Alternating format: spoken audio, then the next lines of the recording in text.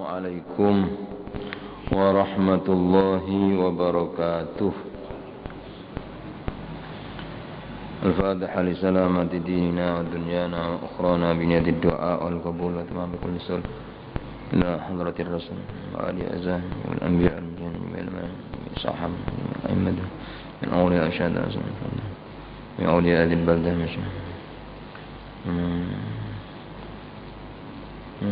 والذين معنا من شيخنا جدنا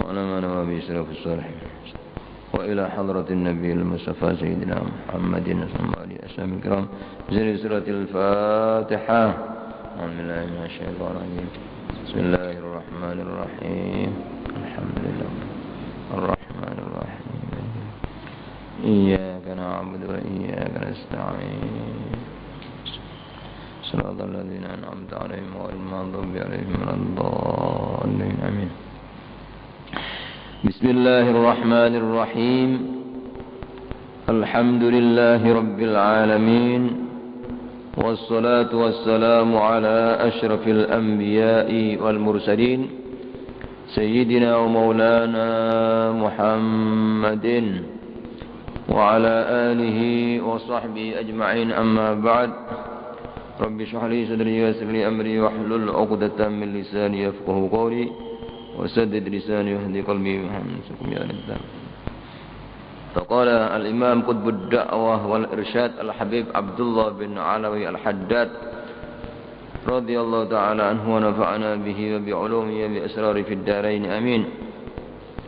والنفس عدو والعدو لا يؤمن بل هي أعدى الأعداء كما قال رسول الله صلى الله عليه وآله وسلم أعدى عدوك نفسك التي بين جنبيك. Para bapak, ibu-ibu dan saudara-saudara jamaah pengajian di Masjid Jami' yang dirahmati oleh Allah, pada pelajaran terakhir yang telah kami sampaikan diterangkan oleh Al-Imam Abdullah bin Al-Haddad bahwa setiap orang itu tidak akan terlepas dari musuh yang namanya nafsu, ya. Dikatakan oleh beliau nafsu itu adalah musuh bagi setiap manusia. Dan musuh itu katanya tidak bisa dipercaya yang namanya musuh. Bahkan bal hiya a'dal a'da, kata beliau. Musuh yang paling berat. Jadi di antara sekian musuh-musuh manusia itu, ya, itu justru musuh yang paling berat. Musuh yang paling sulit untuk dihadapi, ya. Musuh yang paling berbahaya adalah nafsu, ya. Kama qala Rasulullah sallallahu alaihi wasallam, sebagaimana yang telah disabdakan oleh Rasulullah sallallahu alaihi wasallam, a'da aduwika nafsuka allati baina jambaik. Kata Nabi ini, musuh yang, ya, paling memusuhi engkau itu, ya, musuh yang paling berat atas diri engkau itu adalah nafsumu sendiri yang ada di antara lambungmu, ya. Al-Imam Al-Ghazali rahimahullah dalam salah satu kitabnya yang bernama Kitab Minhajul Abidin mengomentari, ya, kenapa sesuai dengan sabda Nabi tadi nafsu itu merupakan musuh yang paling berat, ya, bagi manusia. Beliau mengatakan li'annaha aduun min dakhil, katanya Imam Al-Ghazali, karena nafsu ini musuh tapi dari dalam. Musuh itu kalau dari dalam sendiri itu pasti lebih berat, lebih sulit dihadapi. Maling atau pencuri itu, ya, kalau, ya, dari dalam rumah sendiri, artinya Yang mencuri itu dari orang dalam. Itu justru lebih sulit untuk diteliti, diperiksa ya, atau untuk dicari ya. Karena dari dalam sendiri, dari dalam rumah itu ya banyak. Ini contoh ya, pencurian itu kadang-kadang walaupun perampokan besar itu kadang-kadang justru pelakunya itu ada orang dalamnya ya. Nah ini justru lebih sulit ya. Nah, nafsu itu seperti itu gitu. Kenapa dianggap musuh yang paling berat? Karena nafsu ini ada di dalam diri manusia sendiri gitu. Ya otomatis lebih sulit untuk dihadapi. Sebagaimana yang dikatakan oleh seorang penyair, nafsi ila ma dharrani da'i tukatsiru asqami wa ujai katanya. Kata seorang penyair ini, nafsuku ya selalu mendorong kepada hal-hal yang membahayakan pada diriku sendiri, yang merugikan diriku sendiri. Nafsu itu yang menimbulkan berbagai macam penyakit-penyakit pada diriku dan kerusakan-kerusakan pada diriku sendiri katanya.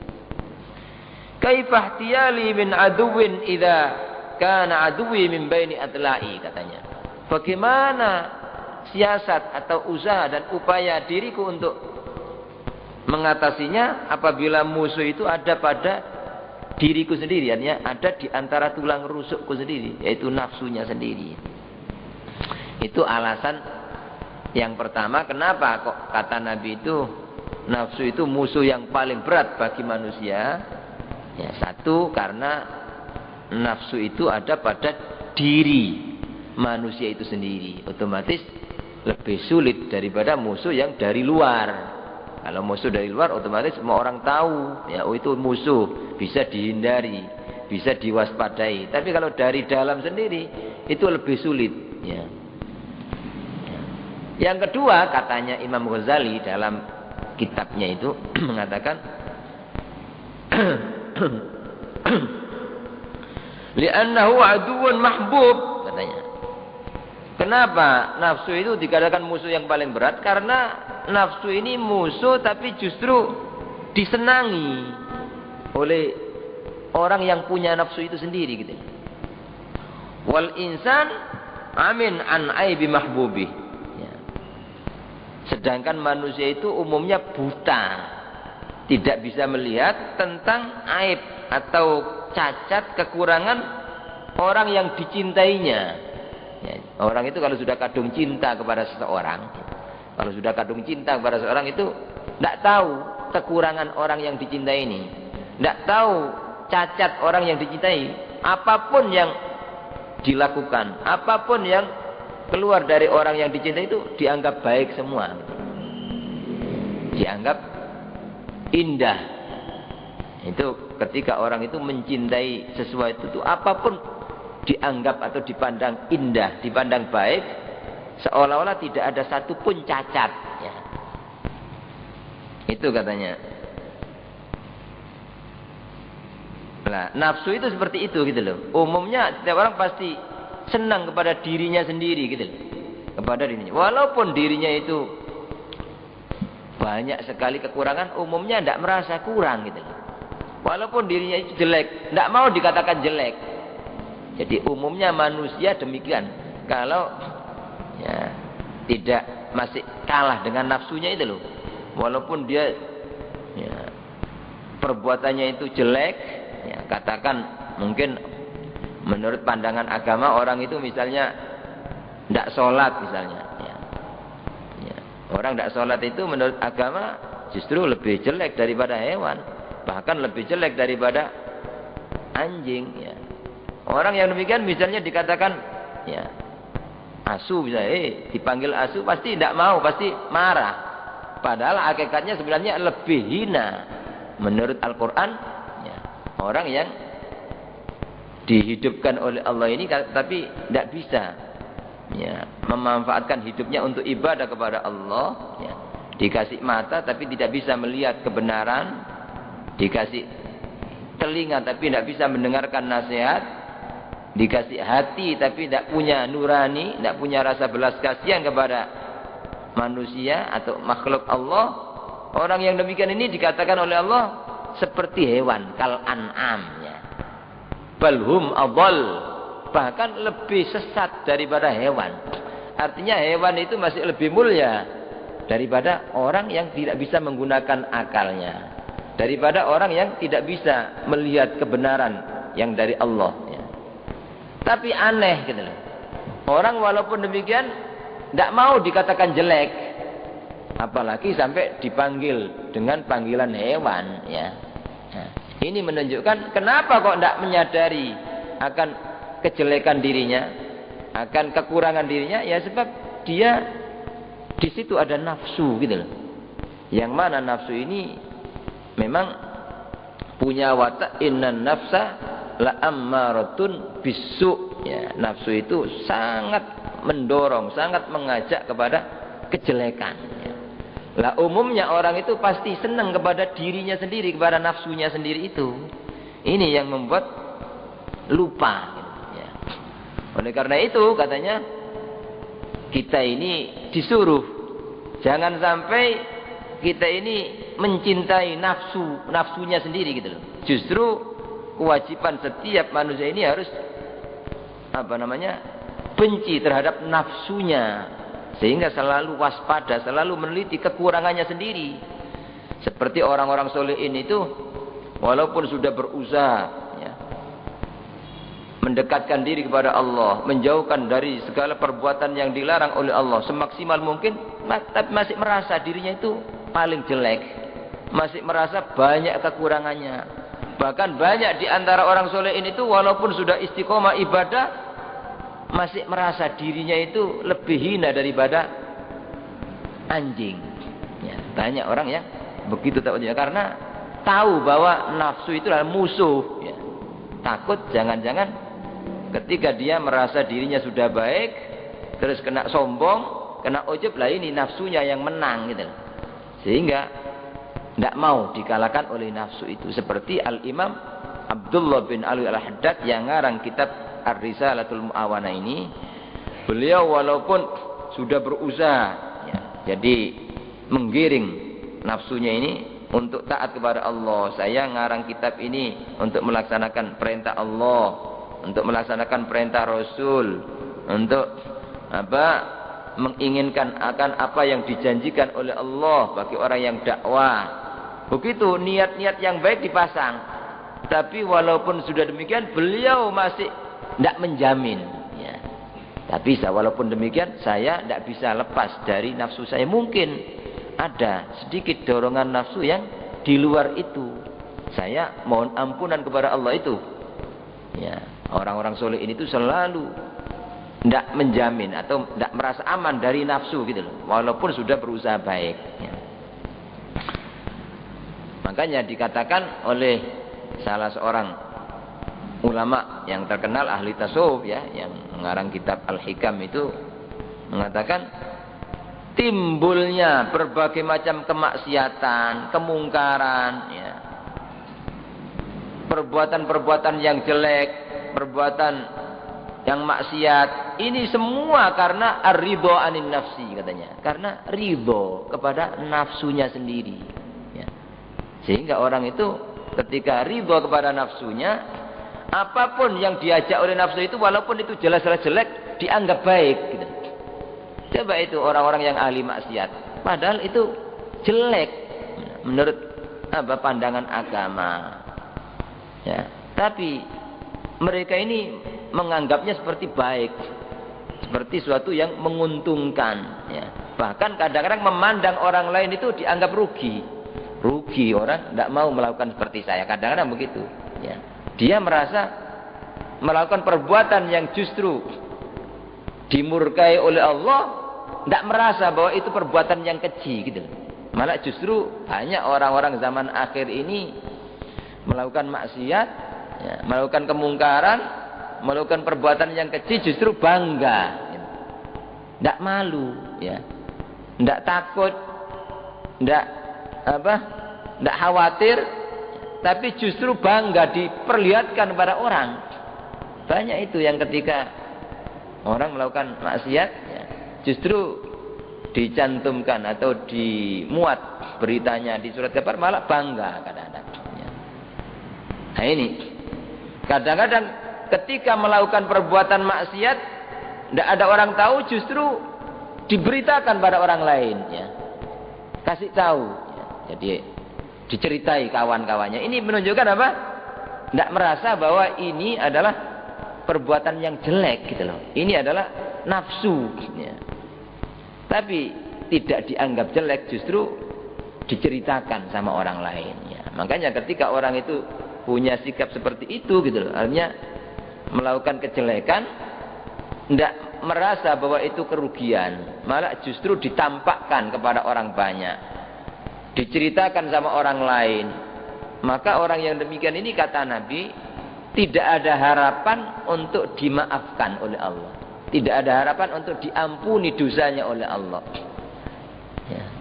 Karena sudah orang ini benar-benar sudah dikuasai oleh nafsu, sudah buta gitu. Sudah buta katanya. Karena sudah apa? Cinta kepada nafsunya sendiri. Orang itu kalau sudah cinta kepada sesuatu yang dicintai, walaupun itu ya kotoran, itu dianggap baik. Itu begitu ya, nafsu itu demikian ya. Dalam sebuah hadis disebutkan kullu ummati mu'afan illal mujahirin ya. Setiap umatku itu ada harapan untuk dimaafkan, diampuni dosanya oleh Allah. Ada harapan. Walaupun misalnya sampai mati dia belum sempat tobat, masih ada harapan untuk terampuni. Mungkin karena amalan ini, diampuni. Atau mungkin karena doa orang lain ya. Tapi kalau mujahir, orang melakukan perbuatan dosa ditampakkan sama orang lain, diceritakan sama orang lain, wah ini sulit katanya.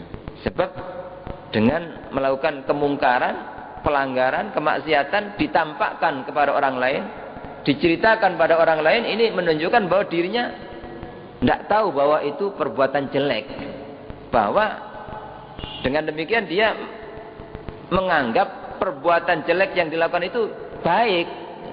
Nah ini berarti dia benar-benar sudah dikuasai oleh nafsunya sendiri ya. Itu yang dimaksud oleh Imam Ghazali. Kenapa nafsu ini merupakan musuh yang paling berat?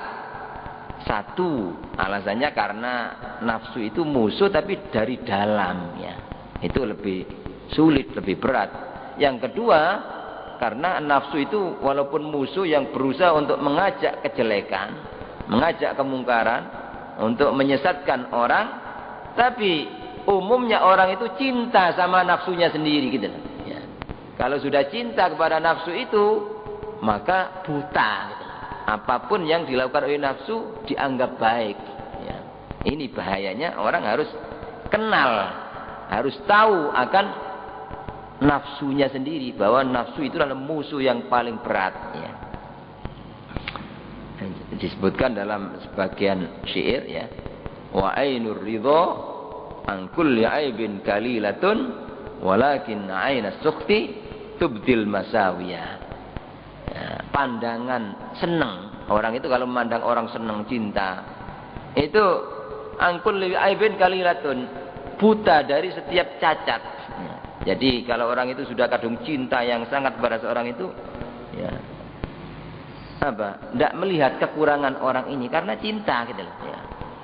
Sebaliknya walakin aina sukhti, tapi pandangan benci, kalau orang itu membenci ya, kepada orang ya, tubdil masawiyah, justru menampakkan cacat.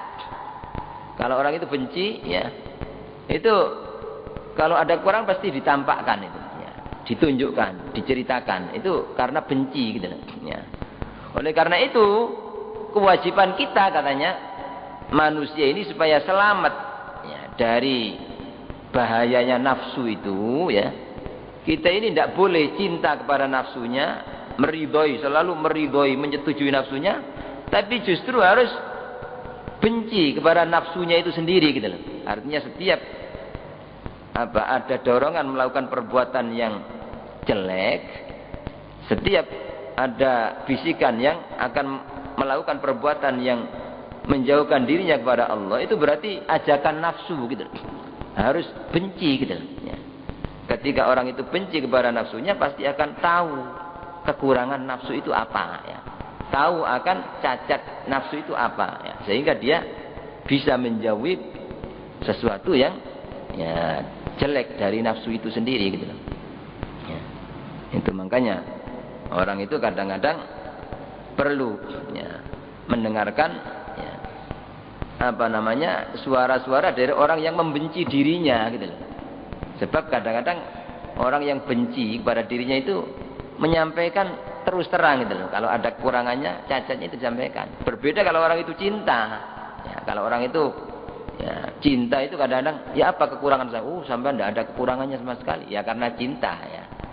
Tapi kalau ada orang yang tidak senang, kadang-kadang sampean kurang ini, kurang sampean ada sombongnya, sampean ada bakhilnya, sampean. Nah ini enak ya. Bisa mengetahui kekurangannya ya. Nah, orang itu kata Nabi, tuba liman syaghalahu aibuhu an uyubin nas ya. Untung kata Nabi. Untung sekali orang yang disibukkan oleh mengetahui cacat dirinya, kekurangan ini, waduh saya ini kurang ini, saya belum bisa apa-apa. Itu untung katanya. Sampai tidak sempat mengoreksi cacat dan kekurangan orang lain. Nah, umumnya manusia tidak demikian gitu loh, karena ada nafsu itu loh ya. Karena ada nafsu, walaupun dirinya itu kurangnya banyak, tapi seolah-olah dirinya lebih baik daripada apa? Orang lain. Kadang-kadang orang lain melakukan kejelekan dibuka itu aibnya ya.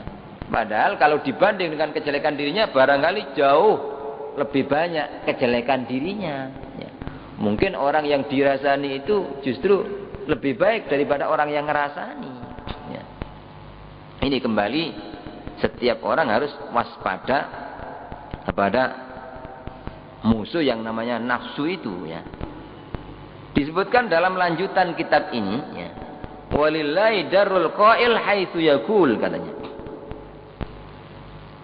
Walillahi darul qail itu alangkah baiknya ya ucapan orang yang mengatakan dari ulama yang buat syair ini, haitsu yaqul, di mana beliau mengatakan tawaqqa nafsaka la ta'man ghawailaha fan nafsu akhbathu min sab'ina syaitana katanya. Jagalah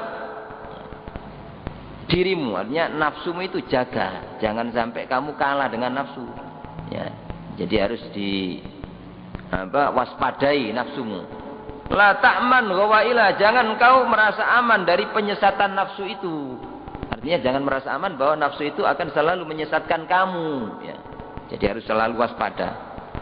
Fan nafsu akhbathu min sab'ina syaitana katanya penyair ini, nafsu itu lebih keji dan lebih jelek daripada 70 setan.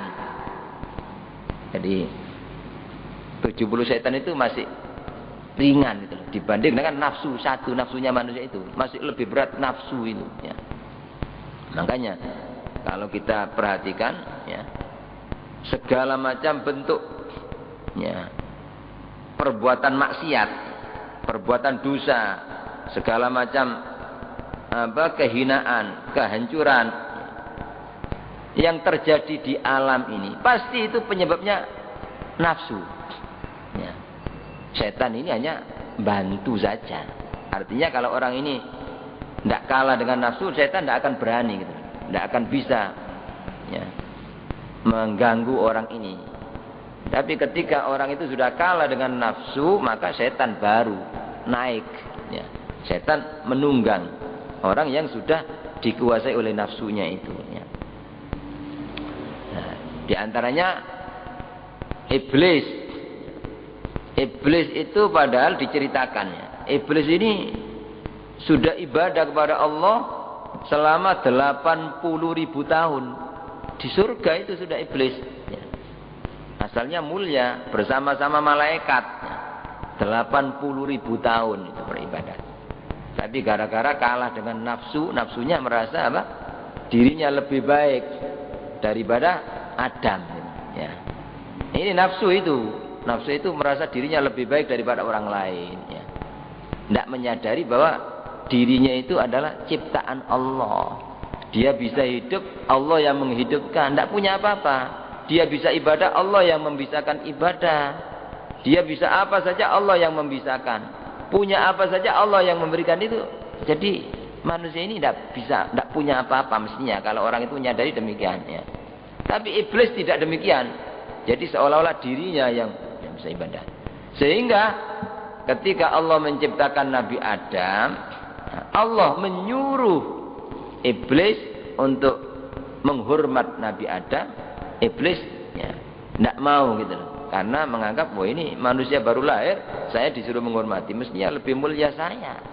Nah ini nafsunya yang membuat demikian. Dia tidak sadar bahwa yang memerintah itu Allah yang menciptakan dirinya. Yang memerintahkan untuk menghormat Nabi Adam ini adalah Allah yang membisakan dirinya itu bisa ibadah. Oleh karena iblis ini kalah dengan nafsu sehingga melanggar perintah Allah dan akhirnya dikutuk oleh Allah untuk selamanya. Ya. Untuk selamanya tidak akan mendapatkan rahmat Allah dan tidak akan bisa ya masuk surga sampai seterusnya, sampai anak cucunya dikutuk oleh Allah. Ya. Bahkan diterangkan juga, walaupun ini contoh ya, Nabi Adam, ya, walaupun Nabi Adam itu maksum ya, semua Nabi itu maksum, cuma Allah ingin ngasih contoh gitu loh. Ya. Kenapa Nabi Adam sampai dikeluarkan? Ya. Walaupun itu sudah merupakan program Allah ya, yang memang. Tapi untuk dicontohkan oleh Allah bagi manusia itu nafsu gitu loh. Ya. Nabi Adam sampai keluar gara-gara makan. Ya. Ya, ada keinginan nafsunya itu untuk makan buah yang dilarang oleh Allah sampai dikeluarkan ke dunia ini. Ya. Begitu juga ada anaknya Nabi Adam namanya Qabil sampai berani membunuh Habil ya karena nafsu. Nafsu hasud ya. Rasa iri itu nafsu semua ya. Dan begitu seterusnya, apapun cerita orang-orang yang dikutuk oleh Allah itu pasti karena kalah dengan nafsunya ya. Oleh karena itu salah seorang Imam Sahal bin Abdullah At-Tusturi mengatakan, ma ubidallahu bi syai'in mislu mukhalafatin nafsi wal hawa, katanya. Tidak ada ibadah yang lebih afdal, yang lebih utama daripada menentang nafsu ya.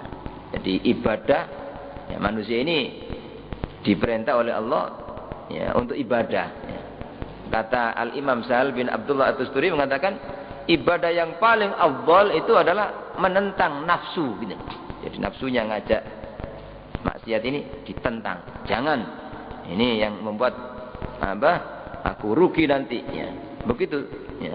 Itu termasuk ibadah yang paling afdal. Fa hiya rasul ibadah, katanya. Menentang nafsu ya. Itu merupakan pokok daripada ibadah, sumbernya ibadah. Wa awwalu maratibis sa'adah, dan permulaan akan tingkatan kebahagiaan. Jadi kalau orang itu ingin sampai pada kebahagiaan ya, ingin meningkat pada tingkatan kebahagiaan, ya harus mau menentang nafsu gitu loh. Harus mau berperang dengan nafsu ya. Nah, supaya kita semua ini mampu mengendalikan nafsu kita, mampu justru mengekang nafsu kita, mampu menundukkan nafsu kita ya. Ya, kita ini disuruh ya, menyiasati untuk supaya nafsu itu kalah dengan kita ini lapar gitu ya. Alias kita ini disuruh banyak-banyak berpuasa ya. Artinya tidak ada senjata yang lebih ampuh untuk menundukkan nafsu, untuk mengendalikan nafsu, untuk menjadikan nafsu ini benar-benar tidak berkutik, tidak ada selain puasa. Ya. Makanya kalau ada orang, betapapun mursalnya orang, rusaknya bagaimana? Kalau dia mau puasa misalnya, itu pasti, ya, pasti akan baik. Gitu. Orang yang tadinya suka marah, kejam dan kalau dia mau puasa pasti akan sembuh itu. Ya. Kan diceritakan dalam beberapa kitab, ya. Diceritakan dalam beberapa kitab, manusia ini ya, di samping dikasih akal juga dikasih nafsu ya. Kalau akal ini memang dari aslinya mulia gitu. Dari aslinya itu memang taat kepada Allah akal ini. Jadi tidak pernah melanggar yang namanya akal. Tapi di samping manusia ini dikasih akal oleh Allah, dikasih nafsu ya. Lah nafsu ini memang condongnya itu kepada kejelekan, ya. Kesombongan, kekurang ajaran gitu loh. Jadi tidak tahu, tidak tahu akan apa, tidak mengenal Allah itu. Nafsu demikian. Diceritakan ketika Allah menciptakan nafsu ya, nafsunya seluruh makhluk ini ya, baik manusia maupun hewan, Allah memanggil, hei nafsu, kemarilah. Disuruh datang Allah, ya. Kemudian disuruh menghadaplah engkau. Justru disuruh menghadap malah justru membelakang. Ditanya, siapa aku dan siapa kamu? Ya. Siapa ini wataknya nafsu ini? Ya, ini Allah ingin menunjukkan bahwa nafsu itu punya watak mokong gitu loh. Ketika ditanya siapa kamu, siapa aku? Ya. Dia menjawab, ya, coro kasar bahasa Jawa. Kon aku ya aku ya. Artinya kudu. Nafsu itu punya sifat begitu. Ya, enggak bisa sopan gitu loh, enggak bisa berbahasa yang baik kepada Allah. Ya, anta ana wa anta. Kon ya kon, aku ya aku. Ya, padahal Allah yang tanya, yang menciptakan ya. Kemudian dihukum nafsu ini oleh Allah, tapi di neraka panas dibakar.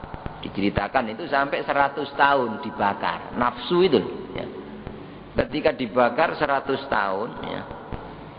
Kemudian diangkat oleh Allah, ditanya, hei nafsu ya. Siapa aku, siapa kamu? Tetap ya. Dia menjawab, kon aku ya aku ya. Kamu saya. Artinya tidak bisa berubah gitu ya. Padahal sudah dihukum 100 tahun dibakar ya. Itu nafsu itu seperti itu gitu.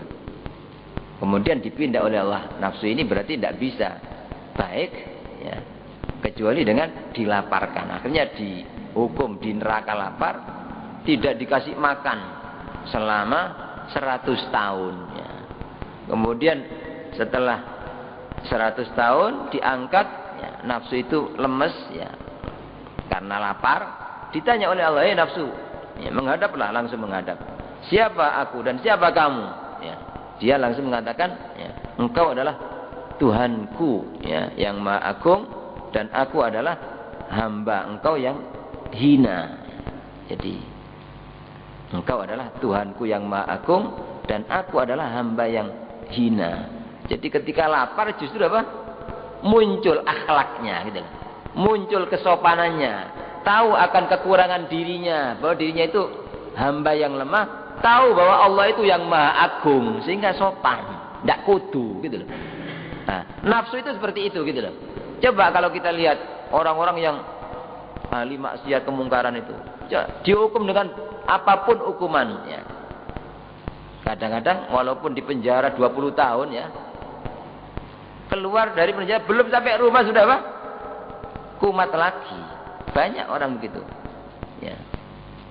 Sudah dihukum dengan apa? Ya. Tapi coba orang yang bahkan andaikan dia kepingin tobat misalnya, terus mau puasa, ya, insya Allah apa? Ya, pasti bisa baik. Gitu. Makanya banyak di antara sahabat, ada sahabat Abu Umamah namanya, datang pada Nabi minta wasiat. Ya Rasulullah, ausini. Ya. Wahai Rasulullah, wasiati aku. Ya, wasiati aku. Kemudian Nabi menjawab, alaika bisawm, sampean ini harus puasa. Terus datang lagi 2 kali. Ya Rasulullah, ausini, tolong sampean wasiati aku. Tetap Nabi ngasih wasiat, alaika bisaum, sampean harus puasa. Sampai 3 kali, tetap sampean harus puasa. Fa innahu la idlalah, katanya. Sebab puasa ini tidak ada bandingannya. Jadi tidak ada yang lebih ampuh untuk membuat nafsu ini menjadi sopan, menjadi tunduk, menjadi menyadari kekurangan dirinya, terus tahu akan keagungan Allah, kebesaran Allah, terus bisa sopan kepada Allah. Tidak ada selain dengan puasa, alias lapar, ya, lapar. Ini ya, di antara manfaat daripada orang lapar. Kalau orang itu selalu kenyang, ya sulit untuk bisa mengendalikan nafsu karena saking kuatnya nafsu itu. Begitu juga dalam sabda Nabi, ya, yang disebut man istata'a minkumul ba'a falyatazawwaj. Siapa yang sudah punya kemampuan untuk kawin, ya, sudah punya biaya, sudah mampu segalanya, silakan kawin, katanya. Wa man lam yastati' fa alaihi bisawm, ya. Nah, barang siapa yang tidak mampu untuk kawin, ya, kan umumnya orang kalau belum kawin, apalagi sudah kepingin kawin, mampu. Nah, ini banyak kemungkinan untuk maksiat, ya, pandangan mata dan sebagainya, maksiat kemaluan. Nah, ini siapa yang tidak mampu, ya, maka kata Nabi fa'alaihi bisawm, ya, maka harus puasa, gitu. Harus puasa. Nabi mengatakan, kenapa? Fa innahu wijaun, ya, apa? Karena puasa itu menjadi pengekang, ya, bagi nafsu itu, ya. Artinya kalau orang itu mau puasa, itu nafsu ingin maksiat ini maksiat itu menjadi lemah, gitu. Menjadi melemah, ya.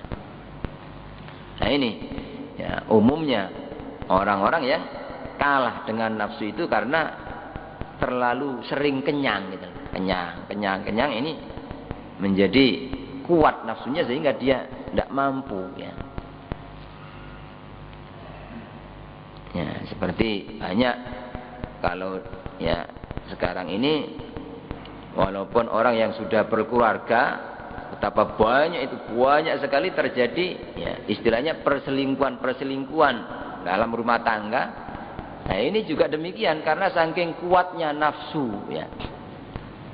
Jadi sebenarnya hadis Nabi tadi itu juga berlaku bagi orang yang walaupun sudah berkeluarga, gitu, apa?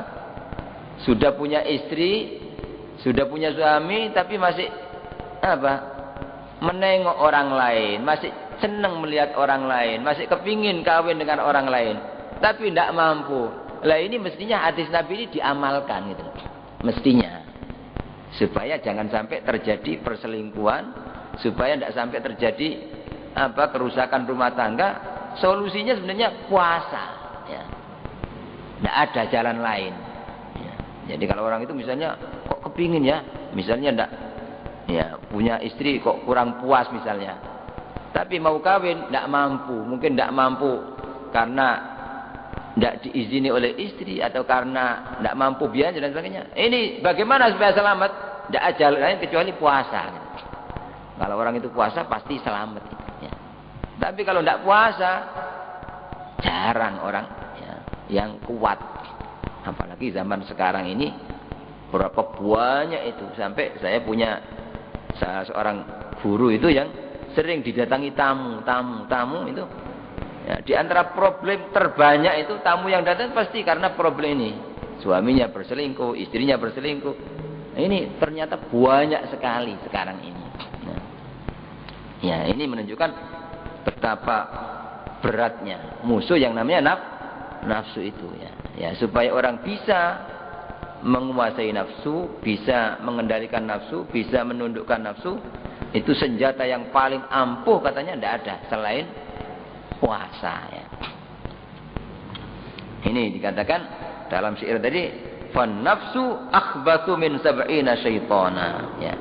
Nafsu itu lebih keji daripada 70 setan, ya. Nafsu ini berbeda dengan setan, ya. Kalau setan ini memang halus, ya. Kalau tidak berhasil satu cara, dicari siasat lain. Sabar, ditunggu berapa hari, mungkin berapa bulan. Gitu setan ya. Nah, nanti cara lain tidak berhasil, dicari lagi. Tapi kalau nafsu ini tidak mikir sudah. Jadi seperti tidak serantan. Harus sekarang sudah tidak mikir ya apa nanti akibatnya.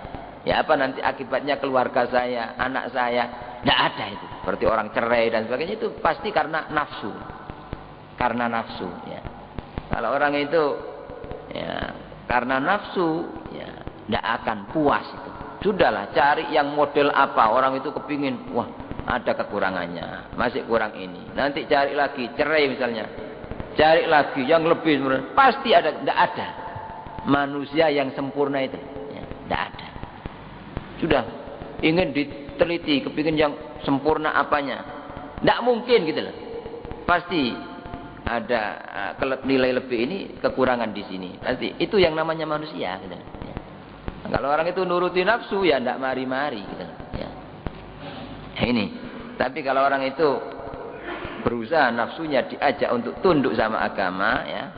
Ya, kita misalnya orang hidup ini hanya sesaat di dunia untuk diuji oleh Allah ya.